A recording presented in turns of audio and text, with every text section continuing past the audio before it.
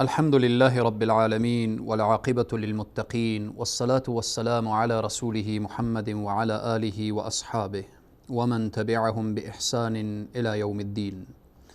قال الله تبارك وتعالى في القرآن العظيم: فأعوذ بالله من الشيطان الرجيم، إنما ذلكم الشيطان يخوف أولياءه فلا تخافوهم وخافوني إن كنتم مؤمنين.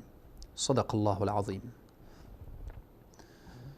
قال النبي صلى الله عليه وسلم: إذا دخل رمضان فتحت أبواب الجنة وغلقت أبواب الجحيم وسلسلت الشياطين، أو كما قال.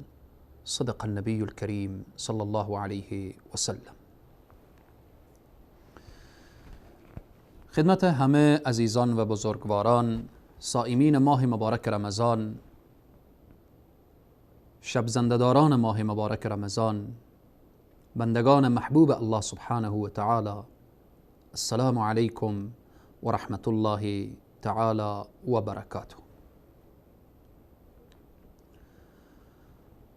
الله سبحانه و تعالی طاعات و عبادات همه ما و شما را مورد قبول درگاه خیش بگرداند و الله سبحانه و تعالی به ما توفیق بده که از ساعت و ثانیه و دقیقه این ماه مبارک، ماه رحمت و مغفرت، درست و صحیح استفاده بنماییم. در جلسات گذشته پیرامون فتحت ابواب الجنه و غلقت ابواب الجحیم، در رمضان دروازه های جنت، بهشت باز شده و دروازه های جهنم مسدود هست، بسته شده. اشاره نمودیم. الان بحث ما پیرامون غلقت، پیرامون سلسله الشیاطین او پیرامون زنجیر کشیدن شیطان هاست. شیاطین به زنجیر کشیده شدن، شیاطین زندانی شدن، شیاطین شرشان از سر مؤمنین دور شده است. این شیطانی که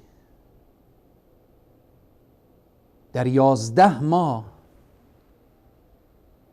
انسان را به طرف گمراهی کشاند، انسان را به طرف ضلالت، به طرف بدبختی، به طرف شقاوت سوق داد، این شیطان کیست؟ آیا لحظه فکر کردیم الله سبحانه و تعالی برای ما دستور میده فاذا قرأت القرآن فاستعذ بالله من الشیطان الرجیم. وقتی شما میخوایم تلاوت قرآن داشته باشیم، چون شیطان دشمن شماست، شما پناه بجوییم. به کجا پناه ببریم؟ به طرف پروردگار عالم. چنان دشمنی شیطان، عداوت شیطان نسبت به بنی آدم، این کینه دیرینه ازلی که داره چنان هست که الله سبحانه و تعالی نمیگه جای دیگری پناه ببرید، میگه پناه به من بیاورید. پس پناه بردن به الله این نشان دهنده اینه که این دشمن نباید به دست کم بردارید. وقتی در این ماه مبارک رمضان این دشمن به زنجیر کشانده شده، باید تو خوشحال باشی، فرحت داشته باشی، ذوق داشته باشی که اگر قبل از رمضان تو را به عبادت نمیگذاشت، الان با فکر جمع و خاطر جمع به عبادت الله سبحانه و تعالی مصروف هستید. شیطان دشمنی ازلی داره با فرزندان آدم. ان الشیطان لکم عدو مبین، دشمن واضح و آشکارای شماست. شیطان قسم یاد کرده که در پی گمراهی بنی آدم تا لحظه مرگ روان هستم. تا لحظه مرگ شیطان رها نمیکنه و سخت‌ترین لحظه هم لحظه مرگ هست که شیطان در کنار انسان قرار میگیره و تلاش میکنه تا خودش تنها به جهنم نره، باید همراه داشته باشه. شیطان چنان وسوسه داره که الله سبحانه و تعالی میفرمایه فوسوس لهما الشیطان لیبدی لهما ما وری من سوآتهما. الله سبحانه و تعالی به آدم علیه السلام، به حوا علیه السلام، به اینها گفته بود از این درخت ممنوعه نخورید. شیطان وسوسه کرد و اونها به وسوسه شیطان فریب خوردن، از اون درخت ممنوع خورده شد. پس وظیفه شیطان وسوسه هست. سر نماز تو را به وسوسه می اندازه. ماه مبارک رمضان که مسدود و به زنجیر کشیده شده و به زندان افتاده، در بند و قید قرار گرفته، اما باز هم اگر در این رمضان تو عبادت درست و صحیح نداشته باشی، او وساوس شیطانی که قبل از رمضان با تو داشته هنوز در وجود تو تأثیر میگذاره. پس وسوسه شیطان باید انسان این وساوس را از زندگی خود در این ماه مبارک رمضان دور بسازه. وسوسه های شیطانی ویروس هست. در وجود بنی آدم شیطان وسوسه میکنه. در 11 ماه وسوسه کرده. ماه مبارک رمضان ماهیه که باید این وساوس دور بشه، چون شیطان نیست که دیگه وسوسه داشته باشه. اگر انسان به عبادت نپرداخت، درست و صحیح روزه نگرفت، قیام شب نداشت، دعا نداشت، این وساوس دور نمیشه. شیطان دشمن هست و دشمنی میکنه. از جمله دشمنی های شیطان ایجاد خوف، ترس. انما ذلكم الشیطان یخوف اولیاءه. دوستان خود را میترسانه. اگر به جهاد رفتی کشته میشی، شخص نمیره. اگر زکات دادی فقیر میشی، شخص زکات نمیده. اگر حج رفتی سرمایه تو هدر میره، حج نمیره. اگر در ماه مبارک رمضان صدقه دادی، جود و بخشندگی داشتی، سرمایه تو کم میشه. به هر حال میترسانه. وظیفه شیطان هست. الله سبحانه وتعالی میگه فلا تخافوهم وخافونی ان کنتم مؤمنین. از شیطان نترسید، از من بترسید اگر مؤمن هستید. شیطان تجارت و معامله انسان رو خراب میکنه. الشیطان یعدکم الفقر. شیطان وعده فقر میده و یأمرکم بالفحشاء. کار شیطان چیه؟ وعده فقر دادن. فقیر میشی اگر صدقه دادی. اگر مسجد ساختی فقیر میشی. اگر پول خود را به حافظان قرآن و طلاب علم و ایتام و بیوزنان و فقرا و مستضعفین و اینها مصرف کردید، فقیر میشید. همین وسوسه در ذهن آمد، این وسوسه شیطان هست. و یأمرکم بالفحشاء. شیطان امر میکنه به کارهای زشت. برو بکش، برو بزن، برو دزدی کن، برو ظلم کن، برو بیعدالتی کن، برو رشوت بخور. همه اینها دستورات شیطان هست. نعوذ بالله برو زنا کن، برو قمار بزن، برو شراب بخور. و یأمرکم بالفحشاء. این کار شیطان هست.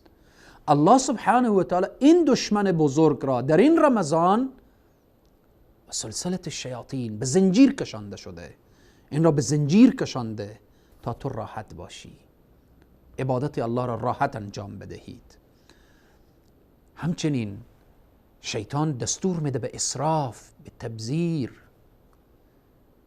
الله سبحانه وتعالى میفرماید ان المبذرین كانوا اخوان الشیاطین. اسرافکاران، کسانی که اسراف میکنن، تبذیر دارن، اینها برادران شیطان هستن. اینها کسانی هستن که با او نه تنها دست دوستی بلکه برادری، دست برادری دادن. شیطان اسرافکاران را دوست داره، مسرفین را دوست داره، اونها را برادر برای خود انتخاب کرده. همچنین خلاصه الله سبحانه وتعالى می فرماید و من یتخذ الشیطان ولیا من دون الله فقد خسر خسرانا مبینا. کسی که شیطان را به عنوان دوست انتخاب بکنه و الله را رها کنه، در حقیقت که در خسران واضح و آشکاری افتاده. این خسران چیست؟ بر راه شیطان رفتن، به قول شیطان عمل کردن. بین جامعه خیلی جالبه، شخص کار زشت که انجام داد، بعد میگه شیطان مرا فریب داد. خودش هم میفهمه. یک کار زشت و ناروایی که کرد، بعد میگه شیطان مرا برد در این راه. خوبه که خودت میفهمی و میدانی. الله سبحانه و تعالی به صراحت میگه و من یتخذ الشیطان ولیا. کسی که شیطان را به عنوان دوست برای خود بگیره و الله را رها کنه، فقط خسر خسرانا مبینا. این خسران چی هست؟ این زیان چی هست؟ این خسران براءت و بیزاری شیطان از این شخص هست. الله سبحانه و تعالی می فرماید در سوره ابراهیم در آیه 22 وقال الشيطان لما قضي الأمر إن الله وعدكم وعد الحق ووعدتكم فأخلفتكم وما كان لي عليكم من سلطان إلا أن دعوتكم فاستجبتم لي فلا تلوموني ولوموا أنفسكم ما أنا بمصرخكم وما أنتم بمصرخي إني كفرت بما أشركتموني من قبل إن الظالمين لهم عذاب أليم. صدق الله العظيم. شیطان سخنرانی داره در روز قیامت. شیطان بیان داره. وقال الشیطان لما قضي الأمر. وقتی داوری تمام شد، جهنمی به جهنم رفت، اهل بهشت به بهشت رفتن. شیطان چی میگه؟ الله سبحانه و تعالی برای شما وعده حق داده بود و وعده خود را راست کرد. ان الله وعدكم وعد الحق. الله سبحانه و تعالی وعده حق داده بود، وعده هم حق هست و ثابت شد. فاخلفتکم، و من برای شما وعده کرده بودم، اما امروز هیچ چیزی نیست. و ما کان لی علیکم من سلطان. هیچ کاری از دست من بر نمی آیه. خیلی مهمه. روزی که شیطان هم از انسان بیزاری بجویه چقدر سخته. در دنیا کسانی که دنبال شیطان رفتن، دنبال فریب شیطان، وسوسه شیطان، مکر شیطان، حیله شیطان، شیطان میگه آنچه که الله وعده کرده بود وعدهش ثابت شد و رسید و او چیزی که من به شما وعده کرده بودم چیزی نیست. هیچ کاری امروز از دست من بر نمی آیه.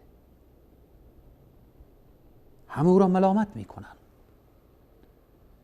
که تو برای ما گفتی شراب بخور، تو برای ما دستور دادی که بکش، قتل کن، نعوذ بالله زنا کن، نعوذ بالله رشوت و قمار، و تو ما را بالاخره به طرف گناه و معصیت کشاندی. میگه فلا تلومونی ولوموا انفسکم.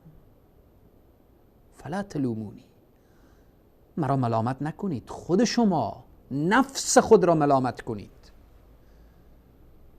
شیطان هم پیروان خود را ملامت میکنه در جهنم که در کنارش میسوزند. و بعد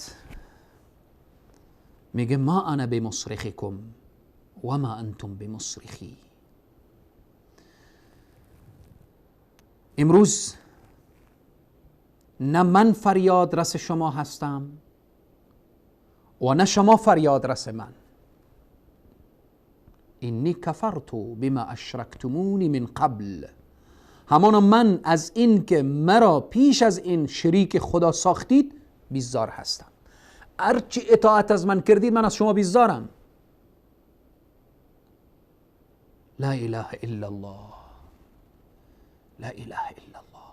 چقدر سخته که شیطان از پیروان خود بیزار بشه در جهنم. در ادامه آیه میگه ان الظالمین لهم عذاب علیم، بیگمان برای ستمگاران و برای ظالمین عذاب دردناک است. پس دانستیم که شیطان چه کار میکنه. شیطان هست که زندگی را خراب میکنه. شیطان هست که اختلاف میاندازه. شیطان هست که بین زن و شوهر جدایی ایجاد میکنه. شیطان هست که انسان را بدبخت دنیا و آخرت میکنه. انما یرید الشیطان ان یوقع بینکم العداوة والبغضاء.